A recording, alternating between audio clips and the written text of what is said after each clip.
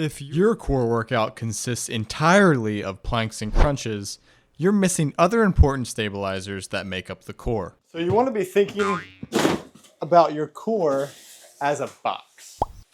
Yes, the rectus abdominis is an important muscle in front, along with the transverse abdominis. But you have muscles on the sides and backs that also provide core stability. Those are the obliques on the side, the glutes, and the erector spinae in the back. On the bottom, you have the pelvic floor. On the top, you have the diaphragm. So all of these muscles, and there's a lot more deeper and smaller muscles than that, but all of these muscles work together to provide core stability. What they also do is produce certain movements, like flexion, extension, rotation, side bending, and side bending. But what makes the core extra saucy is that it stabilizes and prevents the same exact movements. Because the core does all of these different things, we need variability in our training. Here's how we're going to do that with 5 different exercises. One of my favorite core exercises, and this is going to fall into the anti-lateral flexion category, is a single arm suitcase carry. All you need is a heavy kettlebell, a heavy dumbbell. Get your suitcase out of your closet, load it up with sand. As long as it has a handle, that's going to work. And what the idea behind this is, the object in your hand is trying, with the help of gravity, to get you to bend or to laterally flex. We're having core engaged to prevent that. So obliques are a big one in this exercise. For beginners, just go standing still. Have a timer go for 30 seconds. If it's too easy standing still, you can add time or you can have movement. So walking the length of the gym is a good way to add some movement and make it a little bit harder. If that's still too easy, progress the weight, progress the length of the area you're walking, or you can just go slower. Make sure you're doing both sides. Make sure core is engaged, make sure you're breathing. And that is the suitcase carry. One arm, it's gotta be one arm.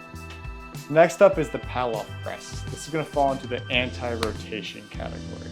And all you need is a band right about belly button height. And what you're gonna do, you can also use a cable. What you're gonna do is you're gonna hold band nice and tight. You're in an athletic position, back is nice and flat. We're gonna add some tension to this band. Once we have tension, the band is trying to rotate us towards the anchor point. Core, an engaged core, is gonna prevent that from happening.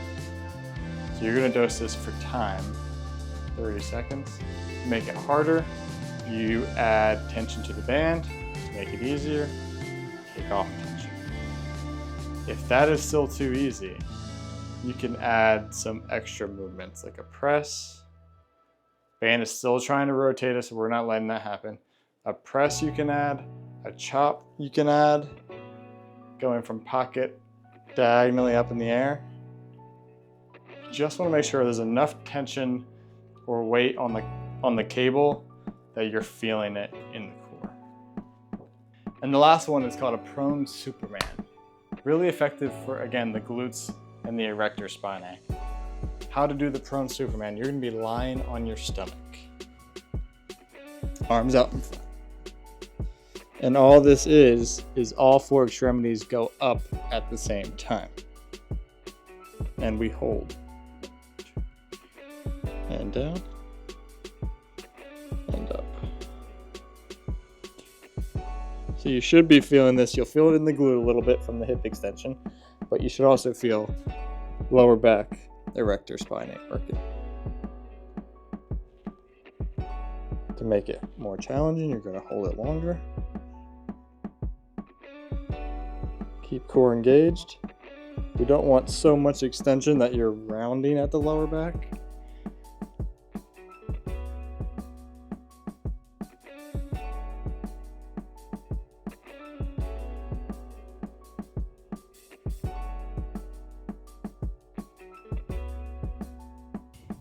If you've watched my channel before, you know I'm a big fan of the side plank.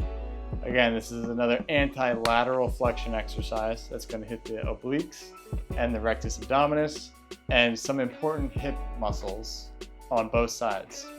So what you're going to do, and the great thing about this is there's so many ways you can do it and progress it. But the basic side plank looks something like this. On your knees, core is engaged, straight line from ear all the way down to knees. Make sure this top hip is staying up and it's not sagging down. Otherwise, the lateral flexion's winning and gravity's beating you. So we want to stay nice and tall. From here, you do this for time. If this is too easy, there are a lot of ways you can progress. You can add movement, maybe like an isometric clam or an isometric straight leg raise. You should feel that immediately on the hips for sure, but we want to make sure we're still keeping core tight and core is still being active. Another way to progress this is just go full tall plank, which is going to be like this. Still keep that bottom hip up, core is engaged, straight line. From here, to make this harder, you can add movement, you can add a clam, you can hold it for longer, you can add movement with the upper body to add more oblique engagement. So there's a lot of cool things you can do, which makes it a good exercise. And if you're looking for something in between, you can stagger the feet instead of placing them on top of each other. And one more bonus exercise, if you're not a fan of the prone Superman, we can still hit erector spinae with what we call wall deadlift. And you can do it with a kettlebell, you can do it with a dumbbell, you can do it with nothing, whatever you want to do and still get a challenge.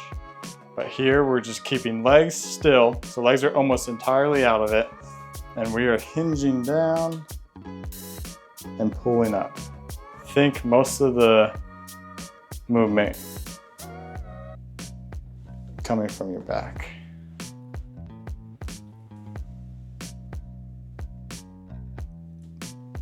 We want back flat. We don't want too much rounding as we go into it, so you shouldn't be here. Keep back flat.